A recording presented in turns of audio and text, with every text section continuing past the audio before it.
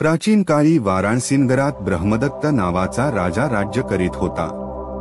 त्यावेळी आमचा बोधिसत्व एका मोठ्या सावकाराच्या कुळात जन्माला येऊन वयात आल्यावर 500 गाड्या बरोबर घेऊन परदेशी व्यापाराला जात असे। तो कधी पूर्व दिशेला जाई आणि कधी कधी पश्चिम दिशेला जाई। एका वर्षी पावसाळा संपल्यावर आमच्या बोधिसत्वाने परदेशी जाण्याची सर्व सिद्धता केली। त्याच वेळी दुसरा एक व्यापारी आपल्या 500 गाड्या घेऊन त्याच रस्त्याने जाण्यास तयार झाला होता। त्याला बोधिसत्व म्हणाला, मित्रा, आम्ही दोघे जर एकदम एकाच मार्गाने गेलो तर आमच्या बैलांना वैरण मिळण्यास अडचण पडेल। आमच्या माणसांनाही शाकभाजी बरोबर मिळणार नाही। तेव्हा आमच्यापैकी एकाने पुढे जावे व दुसऱ्याने 8-15 दिवसांनी मागाहून जावे हे बरे।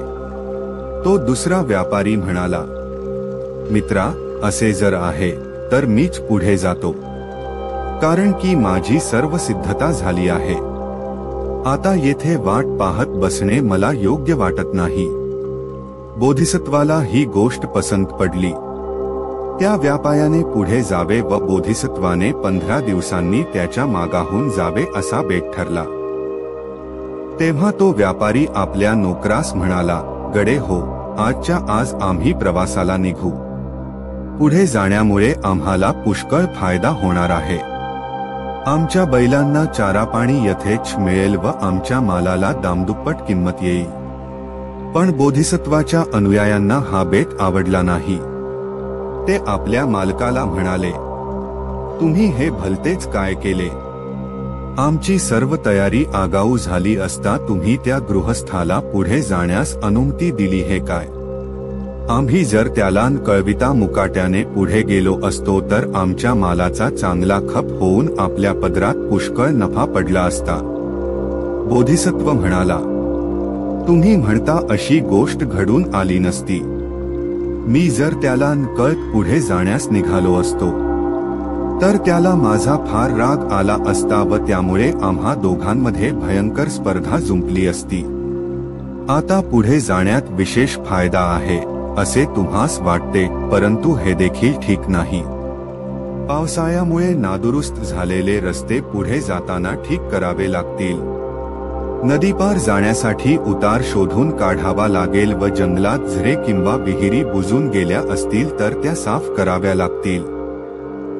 जर त्याच्या मालाला चांगली किंमत आली तर एकदा भाव ठरल्यामुळे आम्हालाही त्याच किमतीने आमचा माल विकता येईल। एकंदरीत तो पुढे गेला असता आम्हाला कोणत्याही तऱ्हेने नुकसान नाही। त्यावेळी जंबूद्वीपामध्ये 5 प्रकारची अरणे असत। ज्या अरण्यात चोरांची वस्ती असे त्याला चोरकांतार असे म्हणत, जेथे हिंस्र पशूंची वस्ती असे त्याला व्यालकांतार म्हणत असत। ज्या ठिकाणी पिण्याला देखील पाणी मिळत नसे त्याला निरुदककांतार म्हणत असत। यक्षराक्षसादिकांची जेथे पीडा असे त्याला अमनुष्यकांतार असे म्हणत आणि ज्या ठिकाणी अन्नसामग्री मिळण्याची मारामार पडे त्याला अल्पभक्षकांतार असे म्हणत। बोधिसत्वाच्या मार्गात जे मोठे जंगल होते तेथे पाण्याचा दुष्काळ असल्यामुळे आणि यक्षांची वस्ती असल्यामुळे त्याला निरुदककांतार आणि अमनुष्यकांतार असे म्हणत। बोधिसत्वाच्या साथीदाराने आपल्या लोकांसह या जंगलाजवळ आल्यावर पाण्याची मोठमोठाली मडकी भरून गाड्यावर चढविली आणि तो जंगलातून पार जाऊ लागला।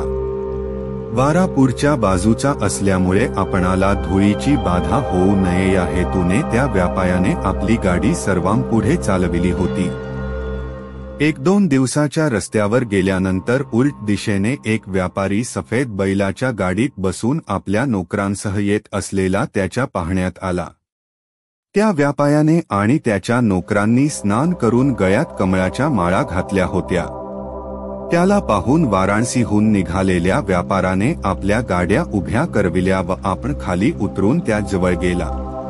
प्रतिपथाने येणाऱ्या त्या गृहस्थानेही आपली गाडी उभी केली व तो खाली उतरून वाराणसीच्या सार्थवाहाला म्हणाला, आपण कोडून आलात व कोणीकडे चाललात? सार्थवाह म्हणाला, मी वाराणसीहून निघून या जंगलाच्या पलीकडील प्रदेशात व्यापारासाठी जात आहे। गृहस्थ म्हणाला, ठीक आहे, पण आपल्या या मागून येणाऱ्या गाड्यांवर मोठमोठाली मडकी दिसताहेत, ती कोणत्या पदार्थांनी भरली आहे? सार्थवाह म्हणाला, हे जंगल निरुदककांतार आहे असे आमच्या ऐकण्यात आल्यामुळे आम्ही ही मडकी पाण्याने भरून बरोबर घेतली आहे. तो गृहस्थ मोठ्याने हसून म्हणाला, हे काहीतरी भलतेच तुमच्या ऐकण्यात आले. पलीकडे ती हिरवीगार झाडी दिसते की नाही? तेथे तुडुंब भरलेला एक मोठा तलाव आहे. त्या भागात बारमाही पाऊस पडत असल्यामुळे पाण्याची टंचाई अशी कधीच पडत नाही. नुकताच तेथे पाऊस पडल्यामुळे आमच्या गाड्यांची चाके चिखलाने भरून गेली आहेत, ती पहा. पाण्याचा थेंब देखील फुकट खर्च होऊ देऊ नका. आता जवळ पाऊस पडत आहे असे तुम्ही म्हणता, पण पावसाची हवा एकाच्या तरी अंगाला लागली आहे काय? किंवा आकाशामध्ये एक तरी ढग दिसत आहे काय? ते म्हणाले, आम्हाला ढग दिसत नाही, विजेचा कडकडाट ऐकू येत नाही किंवा आम्हाला थंड हवाही लागत नाही. परंतु ज्या अर्थी तो सभ्य गृहस्थ आणि त्याचे इतके नोकरचाकर मोठा तलाव असल्याचे सांगत आहे, एवढेच नव्हे तर त्यापैकी पुष्कळांच्या गळ्यात कमळांच्या माळा आहे, त्या अर्थी त्यांच्यावर विश्वास ठेवण्यास हरकत नाही. बोधिसत्व म्हणाला, पण विश्वास ठेवण्याची एवढी घाई का करावी? आणखी एका योजनाच्या अंतरावर तलाव आहे असे जर तो गृहस्थ सांगत आहे, तर आपण तेथे जाऊन हे पाणी फेकून देऊ व पुढे जरूर वाटल्यास त्या तलावाचे पाणी भांड्यात भरून घेऊ. आजचा दिवस बैलांना थोडा त्रास पडला तरी हरकत नाही. बोधिसत्वाच्या हुकमाप्रमाणे त्याच्या लोकांनी पाणी बाहेर टाकले नाही. त्या सभ्य पुरुष वेशधारी यक्षाने पुष्कळ आग्रह केला, परंतु त्या लोकांची बोधिसत्वावरील श्रद्धा ढिली नाही. तेथून दुसऱ्या मुक्कामावर गेल्यावर सामानाने लादलेल्या 500 गाड्या आणि इतस्तत पडलेल्या बैलांचे व माणसांचे अस्थिपंजर त्यांना आढळले. तेव्हा बोधिसत्व म्हणाला, गडे हो, पहा, हा आमचा मूर्ख सार्थवाह आपल्या लोकांसह नाश पावला. आपल्याजवळील पाणी नवीन पाणी सापडल्या वाचून याने जर फेकून दिले नसते तर हा आपल्या लोकांसह यक्षांच्या भक्ष्यस्थानी पडला नसता. हातचे सोडून पळत्याच्या पाठी लागणाऱ्यांची ही अशीच गत होत असते. त्या गाड्यांवरील बहुमोल सामान सुमान आपल्या गाड्यांवर घालून आणि आपल्या गाड्यांवरील अल्पमोल वस्तू तेथेच टाकून देऊन बोधिसत्व आपल्या लोकांसह सुखरूपपणे त्या कांताराच्या पार गेला व तेथे मोठा फायदा मिळवून पुनः सुरक्षितपणे वाराणसीला आला. प्रत्यक्ष आर्य वदती स्थान दुजे तार्किकास आवडते. जाणोनी तत्व सुज्ञे सोडू नये कुशलकर्म जे घडते.